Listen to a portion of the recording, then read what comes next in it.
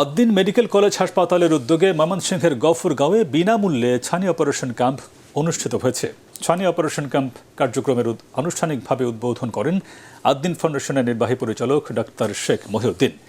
স্বাস্থ্যসেবা মানুষের কাছে পৌঁছে দিতে প্রতিষ্ঠানটি নিরলসভাবে কাজ করে যাচ্ছে জানিয়েছেন প্রতিষ্ঠানটির নির্বাহী পরিচালক। আরও জানাচ্ছেন আশিকুর রহমান। ময়মনসিংহের গফরগাঁওয়ে সারাদিনব্যাপী বিনামূল্যে ছানি অপারেশন ক্যাম্পের উদ্বোধন করেন আদ্দিন ফাউন্ডেশনের নির্বাহী পরিচালক ডাক্তার শেখ মহিউদ্দিন। গফরগাঁও হাতিখোলা উচ্চ বিদ্যালয় সংলগ্ন মাঠে অনুষ্ঠিত এ ক্যাম্পে বিভিন্ন এলাকা থেকে আগত কয়েকশো রোগী চক্ষু সেবা গ্রহণ করেন।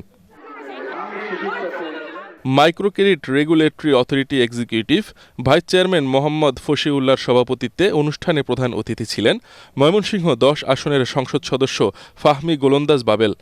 অনুষ্ঠানে আদ্দিন ফাউন্ডেশনের নির্বাহী পরিচালক ডাক্তার শেখ মহিউদ্দিন বলেন, স্বাস্থ্যসেবা মানুষের কাছে পৌঁছে দিতে প্রতিষ্ঠানটি নিরলসভাবে কাজ করে যাচ্ছে। আমি একটা কথা বলি, এখানে গরিব মানুষের জন্য বিশেষ করে দুটা সেবা আমরা দেই, বিশেষ সেবা যেটা আদ্দিন দেয়।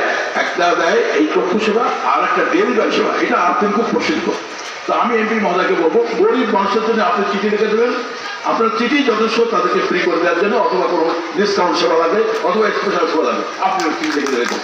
গফরগাঁও ইউনিয়ন পরিষদের চেয়ারম্যান শামসুল আলম খোকনের ব্যবস্থাপনায় ছানি অপারেশন ক্যাম্প অনুষ্ঠানে বক্তব্য রাখেন আদ্দিন চক্ষু প্রকল্পের এজিএম মোহাম্মদ রবিউল হক সহ স্থানীয় আওয়ামী লীগ নেতৃবৃন্দ।